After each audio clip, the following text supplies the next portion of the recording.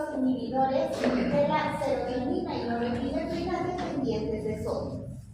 En estos vamos a tener que son selectivos, es decir, son exclusivos para estos, donde vamos a tener a la duloxetina como uno de los más comunes que utilizamos, la venlafaxina y su metabolito es la desvenlafaxina. Normalmente acá en Bolivia vamos a utilizar más que todo la duloxetina, pero no es uno de los medicamentos que vayamos a utilizar como de primera elección. Vamos a ver que en este caso lo que vienen a hacer los inhibidores van a aumentar lo que es la neurotransmisión tanto noradrenérgica como serotoninérgica. Esa es la función principal, aumentar la neurotransmisión. ¿Cómo se va a dar esto? Por el bloqueo de lo que es el transportador de la noradrenalina y de la serotonina en las terminales presinales. Vamos a ver qué es lo que sucede. Cuando estamos hablando de algún tipo de falla a este nivel, el transportador natural, si quieres, no está transportando como debería, ¿ya? Entonces, por eso es que estos medicamentos van a inhibir y van a reemplazar a los transportadores para hacer un transporte efectivo y real. Eso es porque muchos dicen, pero doctora, si ya tiene el transportador, ¿por qué lo inhibe? Justamente porque no está haciendo su trabajo de manera correcta. Lo que hace el medicamento es reemplazar al transportador y hacer la función completa. Entonces tenemos ahí. Vamos a ver que se va a dar la liberación de lo que son los transmisores por despolarización, ¿no? Y va a permitir la entrada de calcio a través de los productos de calcio que son dependientes de oro. Entonces lo que va a hacer nuestro medicamento es disminuir o facilitar la misma liberación de estos cotransmisores y reemplazarlos para hacer un transporte sí o sí efectivo. Porque muchas veces el transportador tiene, y cuando quiere llegar a la posináptica, la parte de la membrana posináptica, por X o Z motivo no hace el traspaso. Entonces no tengo lo que necesito, que viene a ser la liberación, y tengo una falla. Vamos a ver que en cuanto a su farmacocinética tiene un metabolismo oxidativo, netamente en lo que viene a ser la parte hepática, y la duloxetina va a tener una semivida de 12 horas, ¿no? Tiene un buen espectro de apego. Vamos a ver que en el caso de la duloxetina tenemos que es un 50% de biodisponibilidad. El tiempo en lo que viene a ser la parte plasmática, 12 a 15 horas lo vamos a encontrar en plasma, ¿no? El metabolito va a ser netamente activo en lo que viene a ser la parte hepática y la unión a proteínas es del 90%. Si bien su biodisponibilidad solo desde la mitad tiene un apego al 90% en proteínas, entonces tiene una buena impregnación, por eso es que lo utilizamos. En lo que viene a ser el vinalcipran, tiene una mayor biodisponibilidad, pero su unión a proteínas solamente es del 13%, entonces es muy bajito, ¿no? Y en el caso de la venlafaxina, vamos a ver que biodisponibilidad menos de la mitad, 45%, y la unión a proteínas solamente es del 27%. En cuanto a lo que viene a ser la vía de administración y la dosificación, va a darse por vía oral, ya sea tabletas o cápsulas, de 30 o de 60 miligramos. La dosis inicial y la de mantenimiento recomendada es de 60 miligramos una vez al día, ya sea con o sin comida, es decir, no hay limitación por la parte digestiva. Entre los efectos adversos, sí vamos a tener elevación de la presión sanguínea y frecuencia cardíaca, que en algunos pacientes se puede presentar como una taquicardia, insomnio, ansiedad y agitación, y puede haber síndrome de abstinencia. Entonces tenemos que tener cuidado igual al hacer el retiro. Náuseas, estreñimiento, insomnio, cefaleas y en algunos casos disfunción sexual. Les vuelvo a repetir, los efectos adversos no se presentan todos en todos los pacientes. Ya no es una regla general y le dices al paciente que va a tener disfunción sexual, no va a tomar el medicamento. Puede pasar como en otros pacientes no, entonces no hay ningún problema. Entre lo que vienen a ser interacciones farmacológicas, podemos combinar con antidepresivos tricíclicos como la imipramina, pero va a haber un aumento en la concentración de los tricíclicos. Entonces tenemos que ver riesgo-beneficio. Inhibidores selectivos de la monoaminoxidasa, podemos tener a lo que es la grancilopramina, pero vamos a ver que en este caso nos va a dar un síndrome de la serotonina. Libera serotonina directamente en las terminales nerviosas. Si hay mucha segregación de serotonina, ¿qué le va a pasar al paciente? ¿Qué hace la serotonina? ¿Es estimulante o es inhibidor? Estimulante. Entonces el paciente como que va a tener ciertos periodos de ansiedad, como de euforia. Entonces tenemos que ver de controlar la dosificación.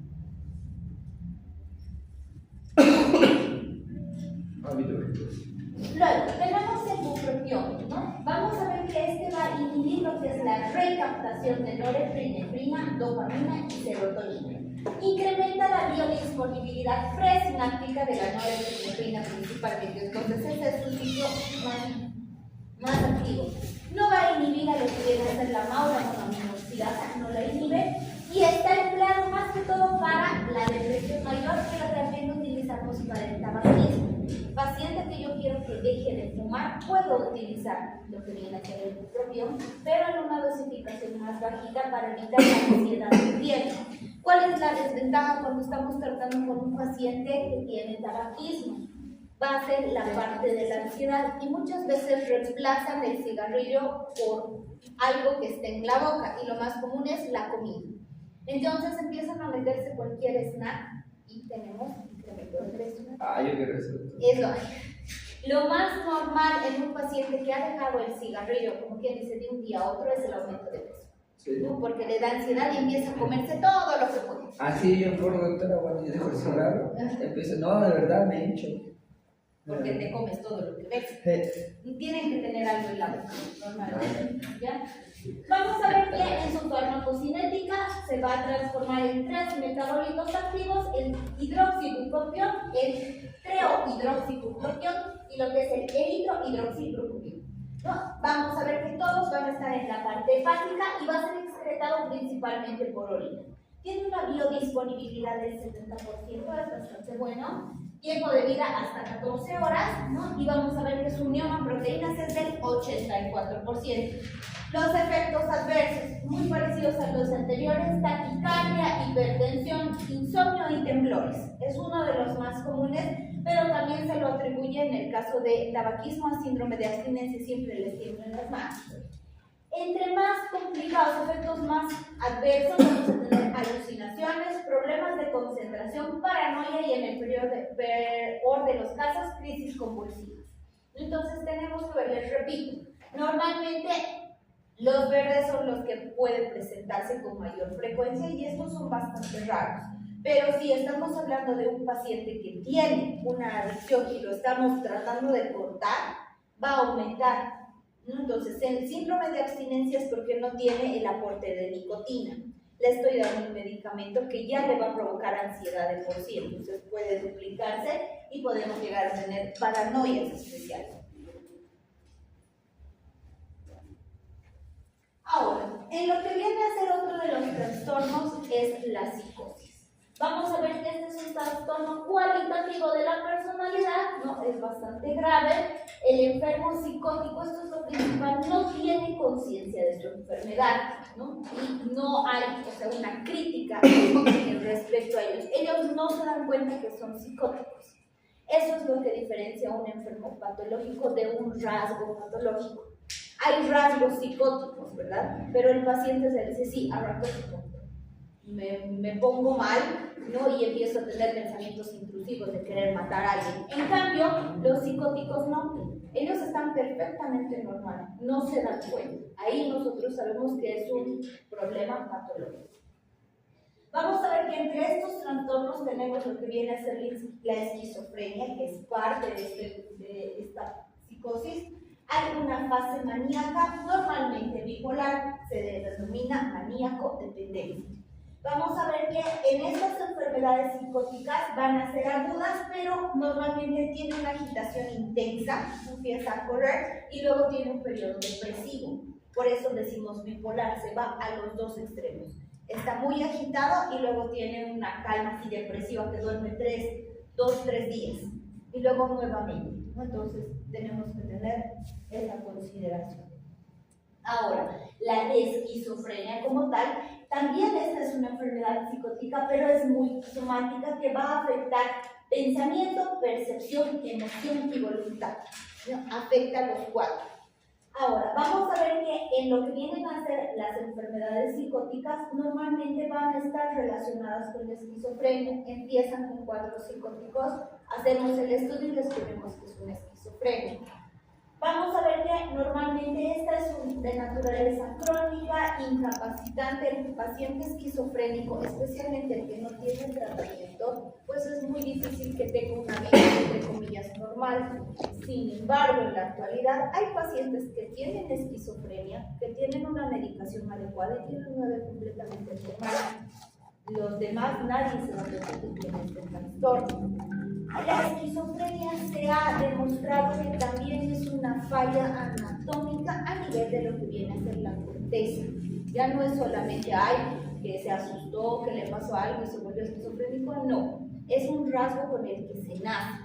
Ya se está estudiando si es por una falta del desarrollo de lo que viene a ser la parte frontal, si es que ha habido algún tipo de agresión, traumatismo que también ha desencadenado. Entre las causas vamos a ver que existen, como les decía, de distinta naturaleza, factores genéticos, predisposición genética, herencia de abuelos, padres, factores psicológicos, combinado con lo que vienen a ser factores sociales, ¿no?, que han dado este rasgo, se han forzado, factores desencadenantes, que normalmente están relacionados con los genéticos. Si tiene el rasgo genético, pero ha tenido una vida completamente tranquila, sin ningún tipo de estrés que ha desencadenado, no pasa nada. Pero en otros casos sí hay desencadenantes, ¿no? Vamos a ver que también tenemos ciertas teorías que están relacionadas a lo que vienen a ser los neurotransmisores. Menor cantidad de producción de neurotransmisores o menor cantidad de receptores, especialmente dopamina, glutamato GABA y serotonina. Vamos a ver bien, para estos tenemos unos que son los inhibidores de los receptores de la dopamina, ¿no?, que van a tener una acción en lo que es el sistema nervioso central. Nos va a servir para disminuir la ansiedad, la excitación motora, el trastorno del sueño y la depresión. Vamos a utilizarlo principalmente en psicosis y esquizofrenia y van a actuar en lo que son receptores de dopamina, tanto en el encéfalo como en el cerebro, ¿no? Vamos a ver que entre la clasificación de los antipsicóticos tenemos antipsicóticos típicos y los atípicos, que son los más recientes, los más estudiados. Entre los típicos teníamos el famoso haloperidol, ¿no?, y la clorpromazina. ¿Por qué les digo el famoso haloperidol? Porque el haloperidol es un ansiolítico que normalmente provoca sueño, y los hace dormir a los pacientes. Intramuscular, ¿no? Hace muchos años, les digo hace muchos años porque si ustedes ven a algún pediatra que lo está recetando, alerta. El haloperidol se lo daba para el control de la bilirrubina elevada en neonatos. Pero ¿cuál es el problema? Cuando ustedes tienen una ictericia neonatal, normalmente la causa, el 90% es por falta de alimentación. La madre no produce suficiente leche, ¿verdad? Podemos darle fórmula y corregimos el problema. Pero pediatras antiguos, aún el año pasado, han recetado el homogeninol, que es haloperidol, y yo me horroricé. ¿Por qué? Si el niño permanece dormido, no va a comer. Entonces la bilirrubina va a seguir subiendo y el haloperidol va a bajar, pero solo la mitad. Yo le digo, por favor, no le des, vamos a cambiar la fórmula. Llamé a mi amigo pediatra experto en la parte nutricional y me dice, dale 2 ml en la fórmula, ¿no? 2 onzas de fórmula cada 2 horas. Si está dormido, que lo despierte y le dé. En 3 días hemos corregido la bilirrubina sin usar el haloperidol. Digo que siempre hay que tenerlo en cuenta. Entre los que son los atípicos o los más recientes, ¿no?, los más actuales, tenemos la clozapina, que es una de las más utilizadas, la famosa risperidona, que también se utiliza en el trastorno ansioso-depresivo, y el sertraxona. ¿Cómo va a ser su mecanismo de acción? Los antipsicóticos van a bloquear lo que vienen a ser los receptores dopaminérgicos D2. Vamos a ver que también van a bloquear lo que son los receptores de la serotonina, ya tengan una diferente sensibilidad porque tienen una afectación. Y vamos a ver que en algunos tipos, o sea, subtipos, también van a tener cierta interacción con los noradrenérgicos, los colinérgicos y los histaminérgicos. Vamos a ver que además de su acción antipsicótica también tienen otras acciones farmacológicas, como les decía, para lo que viene a ser trastornos del sueño.